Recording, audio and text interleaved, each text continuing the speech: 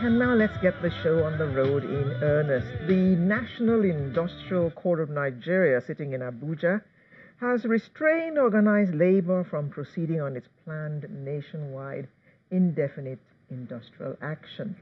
Justice Sanusi Kado gave the order while delivering a ruling on an ex parte application restraining the Nigerian Labour Congress NLC and the Trade Union Congress TUC from embarking on the strike scheduled to commence on November the 6th.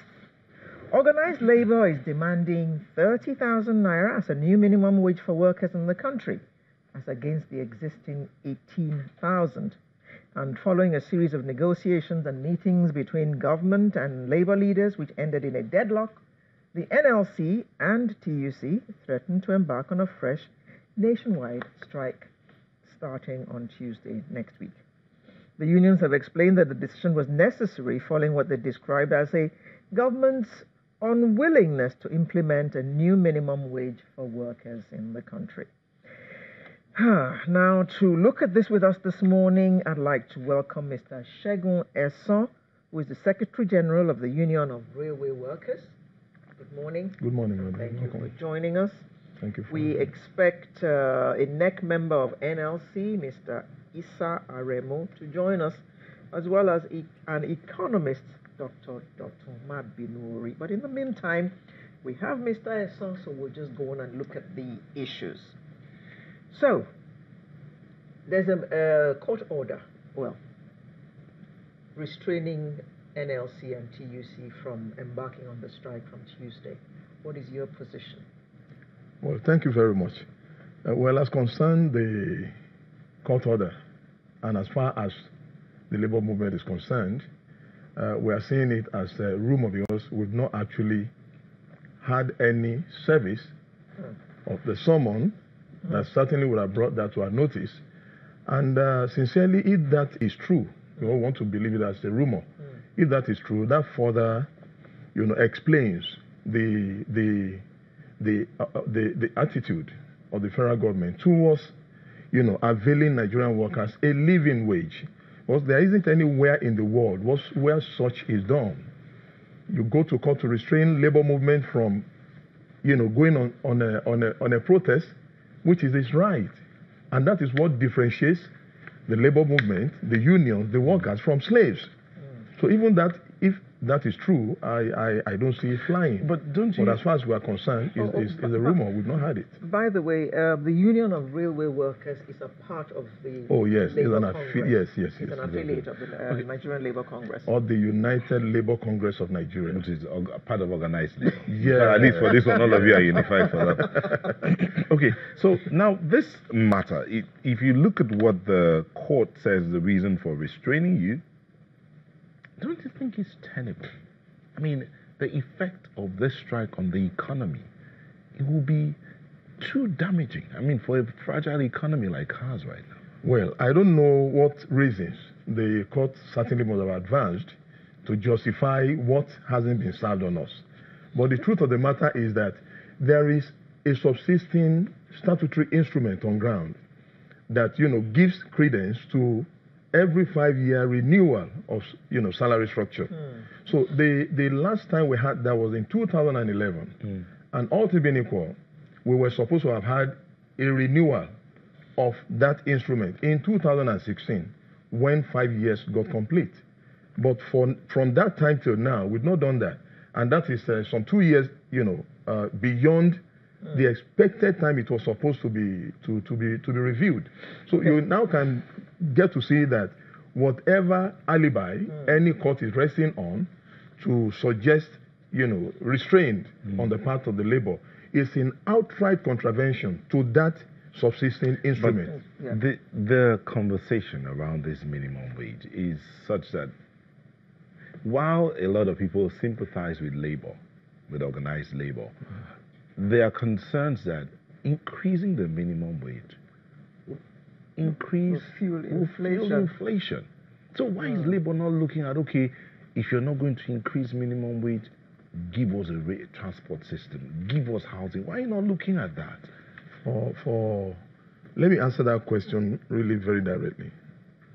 you see, a situation where there is a subsisting instrument that makes it lawful for salary to be reviewed every 5 years, there should be a very salient rationality behind that. And one of the rationality behind that is that there isn't any economy that is static. There isn't any economy, even the best economy in the world, that is static. It keeps, moving back and forth. And in some saner climes, you don't wait for labor movement to get on the street protesting before you review the salary. It is automatic. But as it is here, yes, as it is here in Nigeria, you probably will even agree with me that labor has been very, very, patriotic and considerate enough. This is something that was due in 2016. We waited till, a point in time we had to mount pressure on the federal government to inaugurate the national tripartite national minimum wage to review this. Okay. And 2 years down the lane, we're still in the doldrum. We'll go on a quick break. When we come back, we'll continue this conversation. Please join us again.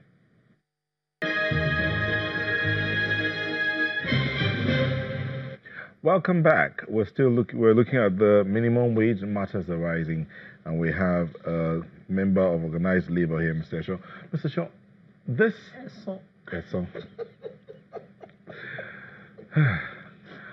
this matter, you need to. I think labor. While everyone, as I said earlier, everyone sympathizes with labor. Government says they sympathize with labor, and I'm sure the public also sympathizes with labor. But the public is part of labor. Yeah, but the public is also concerned what will happen if labor insists on going on this strike. And then if labor insists on this minimum wage increase, so many theories have come forth. How inflation, yes, if you look at 18,000 naira 2011 compared to what is today, if you weigh it against the inflation rate, it's equivalent of about 41,000 naira, 41 to 43,000 naira. Exactly. So even the 13,000 naira is not enough. But if that increase comes, how are you looking at the impact on the cost of food and all of that? Why don't you ask government for something else? And it is November. Already prices are going to go up for Christmas. Certainly. So you add that. Thank you for that very beautiful question. Before we started the minimum wage struggle, right immediately after the increase of the fuel pump price, the very last one done by this administration, from 87 naira or thereabout to 145,000 naira. Of course, everybody, knows what followed. And at that point in time, the organized labor, met with the federal government, and we had a technical committee that was given the singular assignment of looking at how we can bring up some palliative measures as suggestions to the federal government to implement for the very singular purpose of assuaging the harrowing effect of the pump price increase on the citizenry. And we did a very marvelous job. We did a very, very marvelous job under the co-chairmanship of this same our honorable minister of labor and the then secretary to the government of the federation in the person of engineer Babachir Lawal.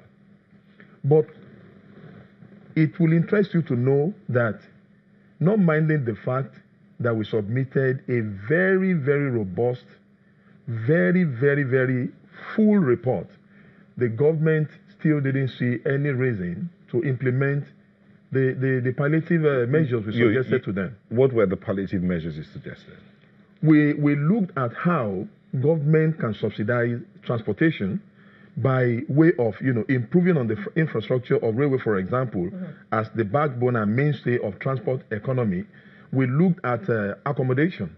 We looked at health, care delivery, how it can be brought to the very minimal essence for even the poorest man out there to afford. But all this we suggested went down the drain unimplemented.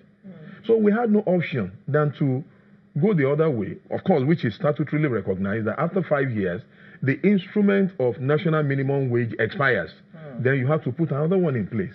So it is now an onus on the managers of our economy to look at how best they can manage the economy in such a way that they manage the inflation. They can't give us any of such excuses to sway us off from, agitating for a new national minimum wage, because it is statutory. Every 5 years it comes up.